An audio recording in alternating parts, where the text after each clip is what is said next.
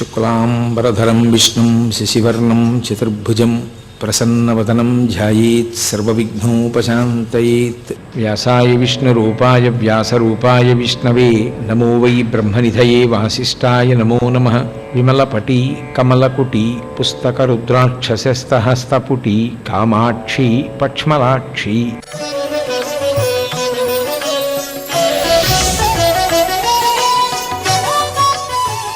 నిజాయితీతో మీరు ఒక మాట చెప్పగలగాలి. మీకు అమ్మవారు ఏదిచ్చిందో అది మీకు శత్రువై మిమ్మల్ని బాధ పెడుతోందమ్మా, నేను తట్టుకోలేకపోతున్నానని చెప్పాలి. దానికి శరణాగతని పేరు. మీరు చూడండి, నేను మీకు ఒక తేలిక ఉదాహరణ చెప్పాలి అంటే, ఒక రాజుగారు యుద్ధభూమిలో ఉన్నాడు, యుద్ధం చేస్తున్నాడు. ఒక సైనికుడిని దగ్గరికి పిలిచి, ఇవాళ రాత్రి నువ్వు నన్ను కలుసుకో 11 గంటలకు. ఏమిటి కలుసుకో? మీ దగ్గర సేనాపతులు, దండనాథులు, మంత్రులు ఇంతమంది రాత్రి మీతో మాట్లాడడానికి మీ శిబిరం దగ్గర నిలబడి ఉంటారు. సామాన్య సిపాయిని నన్నెవరు పంపిస్తారు మీ దగ్గరికి?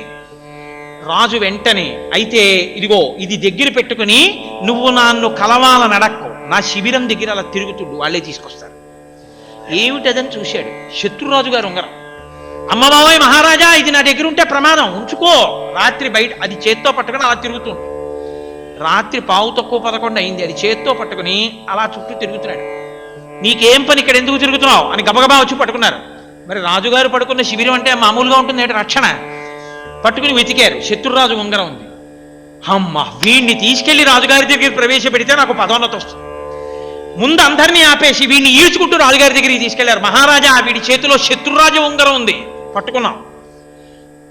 పట్టుకున్నారా? ఖచ్చితంగా 11 అయింది, మీరు బయటికి వెళ్ళండి, నేను చూస్తా వీడి సంగతి. ఏరా 11ంటికి రాలేనన్నావు, చూసావా ఉంగరం నిన్ను తీసుకొచ్చేసిందా లేదా నా దగ్గరికి? ఏ కామము, ఏ క్రోధము మిమ్మల్ని బాధ పెడుతున్నాయో ఆ కామము, క్రోధము నన్ను నేను నిగ్రహించుకోలేక వాటికి నేను పడిపోతున్నానమ్మా అని మీరు అమ్మవారికి చెప్తే, అమ్మవారు కామాన్ని ఈశ్వర కామంగా, క్రోధాన్ని క్రోధం మీద క్రోధంగా మార్చి మీకు ఉన్న అనురాగ పాశములను తీసి భక్తి పాశములను వేసి మీ పాదముల దగ్గరికి ఈడ్చి భక్తితో కూడిన కర్మాచరణము వలన జ్ఞానమిచ్చి జ్ఞానము వలన పరమశివుల్లో కలిపేస్తుంది. ఈ కలపగలిగిన తత్వమునందు మీరు ముందు హాలాహలాన్ని అనుభవించవలసిందే. ఒక్కసారిలా కూర్చునేటప్పటికీ వెంటనే మోక్షానికి ఎవడు వెళ్ళడు. కట్టు మీద కట్టు పడవలసిందే. సనాతన ధర్మంలో అందుకే పట్టు విడుపు అంటారు. కట్టు మీద కట్టు వేస్తూనే ఉంటారు. బ్రహ్మచర్యము ఓ కట్టు వేసి గురువుగారి దగ్గర పెడతారు. అహంకారం ప్రబలకుండా 4 ఇళ్ల ముందుకెళ్ళి భిక్షాటన చేసి తెచ్చుకో, గురుపత్ని పెట్టింది తినో, రుచి చూడవద్దు, కింద కూర్చుని గురువుగారి దగ్గర చదువుకుంటాడు. ఎంత గురువుగారి దగ్గర చదువుకుని పెరిగి పెద్దవాడైనా ఒక వయసు వచ్చిన తరువాత శరీరమునందు మనసులో కామము పటమరిస్తుంది. ఇప్పుడు బ్రహ్మచర్యం అన్న కట్టు మీద ఇంకొక కట్టు గట్టిగా వేస్తారు. ఈ కట్టు జారిపోతుంది, బ్రహ్మచర్యం కట్టు. ఇప్పుడు ఈ కట్టు గట్టి కట్టు, గృహస్థాశ్రమం కట్టు. ఇప్పుడు ఈ కట్టు వేసి కామాన్ని ధర్మంతో కలిపేస్తారు. ధర్మబద్ధమైన కామము వలన కొడుకనబడేటటువంటి అర్థము కలిగి పితృరుణం నుంచి విముక్తుడవుతాడు. కామము ధర్మబద్ధమై ఆ కామము తీరిపోతుంది. ఈ కామము నన్ను రక్షిస్తుందా, ఈ సుఖమొక సుఖమా అన్న భావన కలిగి వానప్రస్థానికి ఎడతాడు. గృహస్థాశ్రమ కట్టు జారిపోతుంది. వానప్రస్థం కట్టు కూడా ఒకనాడు జారిపోతుంది, తురీయాశ్రమానికి వెళ్ళిపోతాడు. ఇక అక్కడి నుంచి ఏ కట్లు కట్టవలసిన అవసరం లేకుండా అన్ని కట్లని గండ్రగొడ్డలతో నరికేసి పశుపాశ విమోచని కట్లన్నీ తెంపేసి పశుపతిలో ఆవిడ కలిపేస్తారు. ఇది కట్టు మీద కట్టు అందుకేస్తారు. మీరు చూడండి, టొబాకో బెయిల్స్ అని వస్తుంటాయి, లేకపోతే జూట్ బెయిల్స్, అవి ముందు గట్టి తాడుతో కడతారు. ఎంత గట్టిగా కడతారంటే చాలా గట్టిగా ఉంది, ఇంకేం కింద పడదనుకుంటాం మనం. ఇప్పుడు దీన్ని మెషిన్ కిందకి పంపిస్తారు. మెషిన్ ఇలా దగ్గరగా నొక్కుతుంది. ఎంత నొక్కుతుందంటే చాలా గట్టిగా కట్టామనుకున్న కట్టు వదిలై ఊడి కింద పడిపోతుంది. ఇంక ఇప్పుడు చాలా గట్టిగా నొక్కేసి దాని మీద ఐరన్ బీడింగ్ వేసి నొక్కేస్తారు. నిప్పర్స్ అని వాటిని పెట్టి నొక్కేస్తుంది మిషన్. నొక్కేస్తే ఇప్పుడు అందులోంచి ఒక్క పొగాకు కూడా జారి కింద పడదు. ఇప్పుడు దాన్ని మీరు ఎత్తి రైల్లో బారాయండి, ఎందులో బారాయండి, ఎక్కడికి వెళ్ళనివ్వండి, వెళ్ళిన తర్వాత మళ్ళీ దాన్ని పెద్ద కత్తెర తీసుకొచ్చి ఆ కత్తెరతో ఆ వేసిన బీడింగ్ని తెగ్గొట్టాలి. తెగ్గొడితేనే మీరు లోపల నుంచి బయటికి తీయగలరు. పొగాకు కానీ లేకపోతే ఆ గోగునార కానీ ఒక కట్టు వేసినప్పుడు ఒక కట్టె ఎలా జారిపోయిందో అలా బ్రహ్మచర్యం అన్న కట్టు మీద గృహస్థాశ్రమం అన్న కట్టు, దాని మీద వానప్రస్థం అన్న కట్టు, దాని మీద తురీయం అన్న కట్టు వేసి కట్టు మీద కట్టుతో కట్లు జార్చి ఆఖర్న చిరంజీవన్నేవ క్షపిత పశు పాశవ్యతికర అంటారు శంకర భగవత్పాదులు సౌందర్యలహరి చెట్టు చివరిలో. పశుపాశములనన్నింటినీ జార్చేస్తున్నాడు. జార్చి శివుడిలో కనిపేస్తాడు. ముందు హాలాహలం ఉంటుంది. ఏమిట్రా బాబోయ్, ఈ కామం ఏమిటి, క్రోధం ఏమిటి, సంసారం ఏమిటి, నేను ఎప్పటికి తేలుతాను, ఇది నన్ను తినేస్తోంది, వేడేమిటి, నేను ఎలా తట్టుకుంటాను, ఈ బాధ కలిగిన నాడు నువ్వు శంకరుడి వాసద్వారము ముందు నిలబడి చెప్పాలి. ధూర్జటి చెప్పాడు. రోషీరోయదు కామినీ జనుల తారుణ్యోరు సౌఖ్యంబులన్ బాసీబాయదు పుత్ర మిత్రధన సంపద్భ్రాంతి వాంఛాలతల్ ఓషీకోయదు నామనంబకట నీకున్ ప్రీతిగా సత్క్రియల్ చేసీ చేయదు దీని త్రుళ్ళన సవే శ్రీకాళహస్తీశ్వర అని చెప్పుకున్నాడు కాబట్టి ఉద్ధరింపబడ్డాడు. కాబట్టి అనుగ్రహ స్వరూపంలో అమృతం పుట్టే ముందు హాలాహలం ముందొస్తుంది. ఈ హాలాహలాన్ని స్వీకరించడానికి కూడా ఆయనే ఆధారం. మీరప్పుడు పట్టుకోవలసింది ఆయన్నే. అందుకే శంకర భగవత్పాదులు షట్పది స్తోత్రం చేస్తే ఈ క్షీరసాగర మదనం గురించి ప్రస్తావన చేసినప్పుడు ఈ తాత్విక విచారణ చేస్తారు. కాబట్టి ఇప్పుడు నాకు చెప్పండి, లౌకికమైన రక్షణ అయినా, మీకు ఆకాశంలో నీలలోహిత రుద్రుడిగా కనపడినా, తల్లిదండ్రులుగా లోకానికి శిక్ష వేసి రక్ష చేసి కాపాడినా, లేదు మీరు మోక్ష మార్గంలో ప్రయాణం చెయ్యాలనుకున్నప్పుడు మీ సాధనలో మొట్టమొదట అడ్డొచ్చేవి విషమే. ఎందుకో తెలుసా అండి? సాధన యందు మీరు నిలబెట్టవలసింది మనసుని, అక్కడే ఫెయిల్యూర్.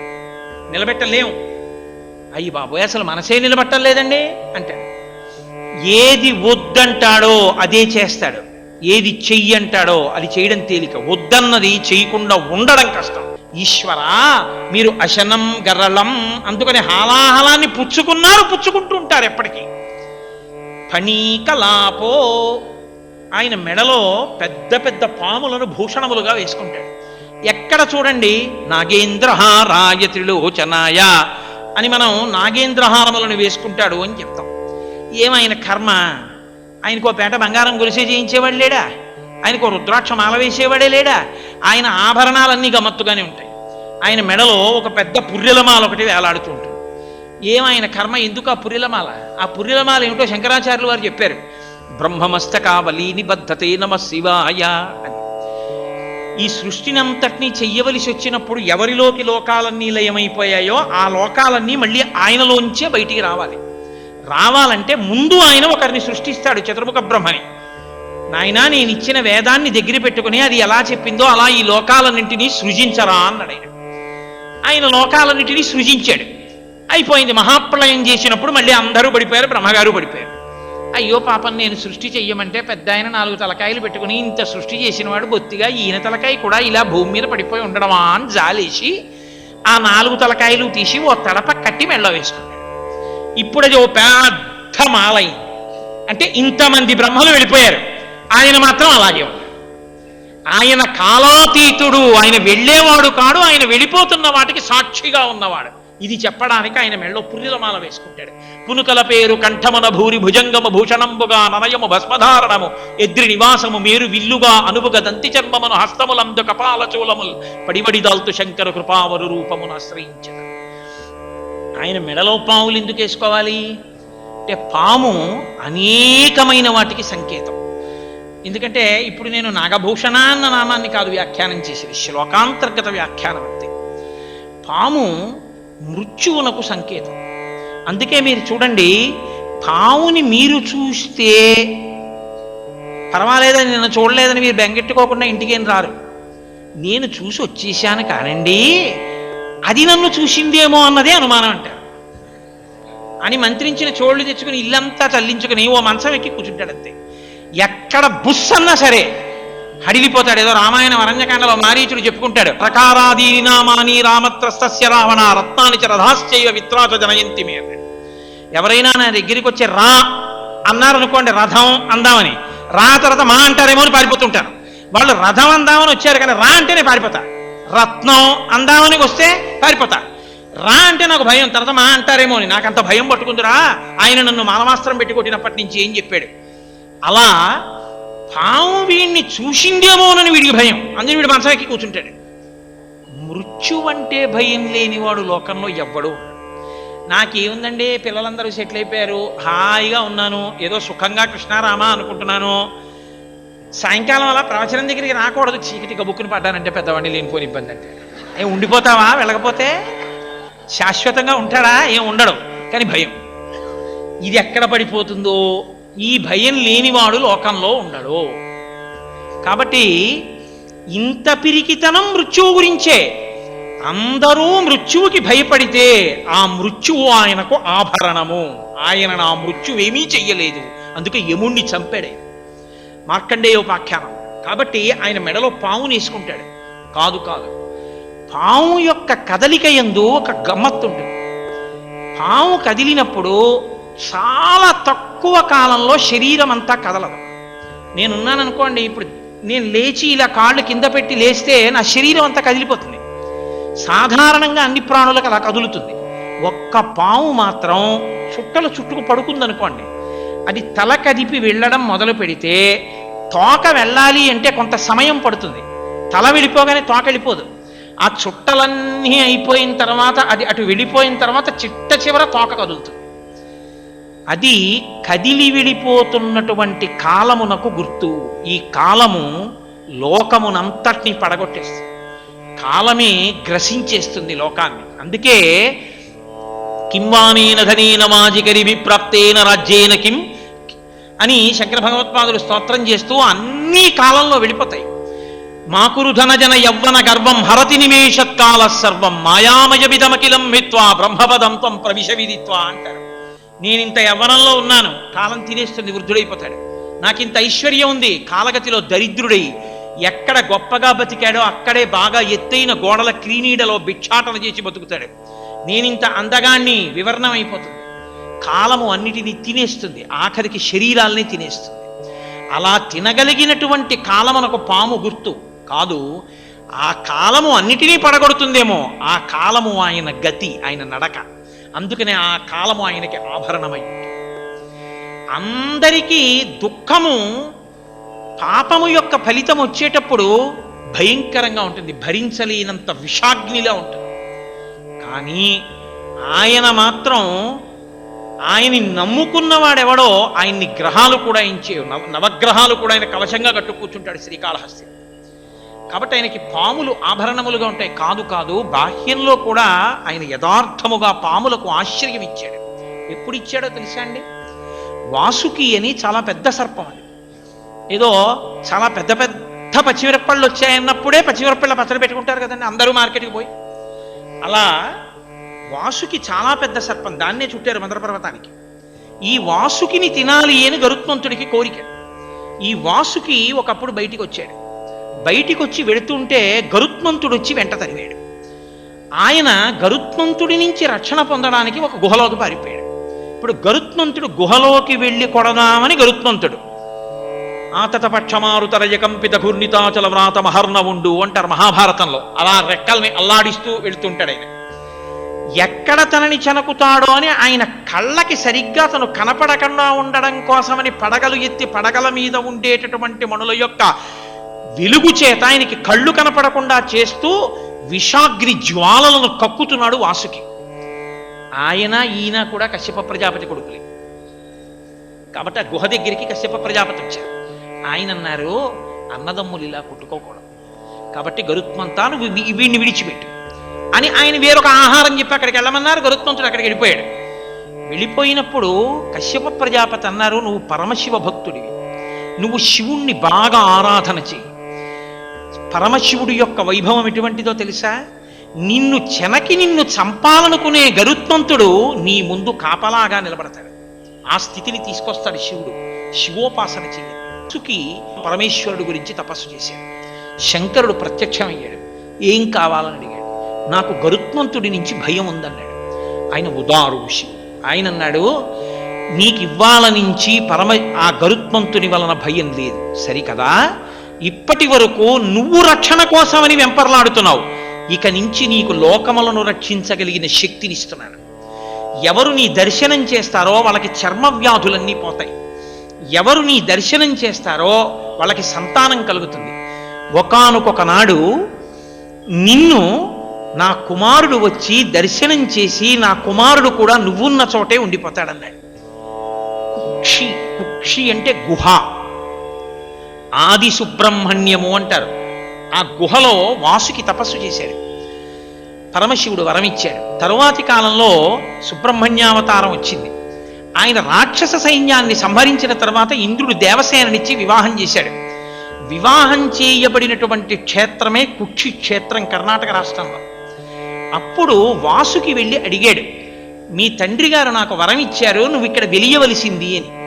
నేను ఇక్కడ వెలుస్తాను, పైన నేనుంటాను, కింద నువ్వు ఉండు అని ఆ పైన ఉన్నటువంటి సుబ్రహ్మణ్యుడి కింద వాసుకి పడగలు విప్పి ఉండేటట్టుగా అనుగ్రహించారు.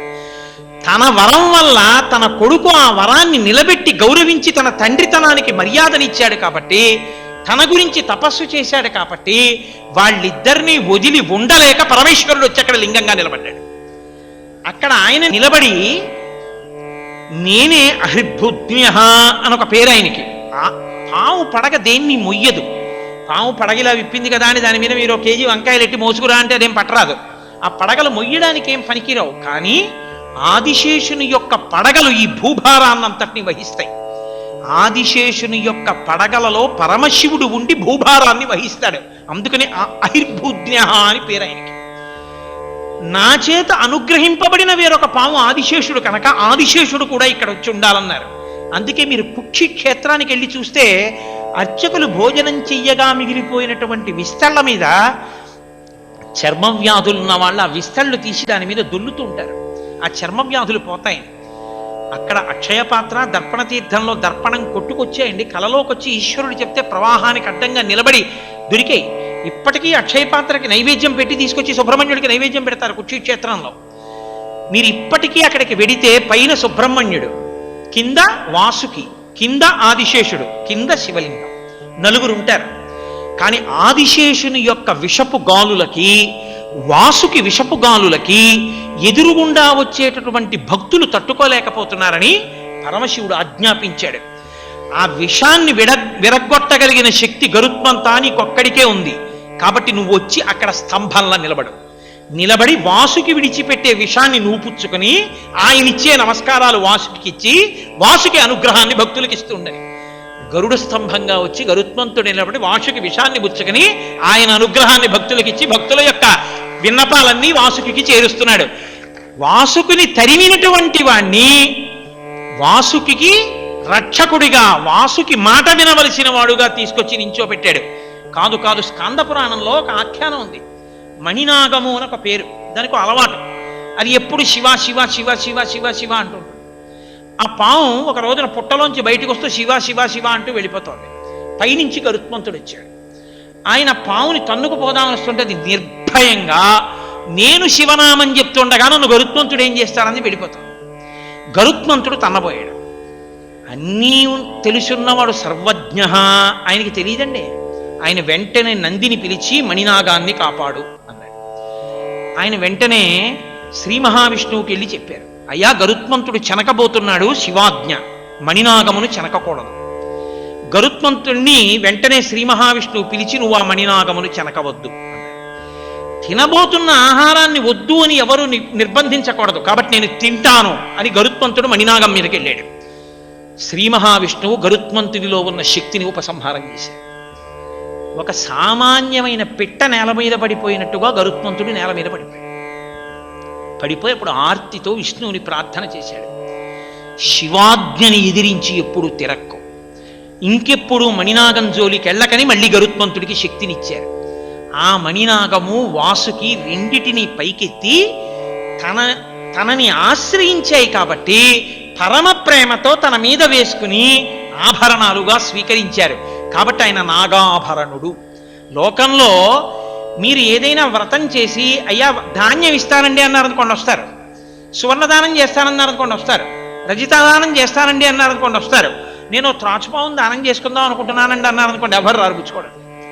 ఎవరు వస్తారు? కానీ పరమేశ్వరుడి గొప్పతనం ఏమిటో తెలుసా అండి?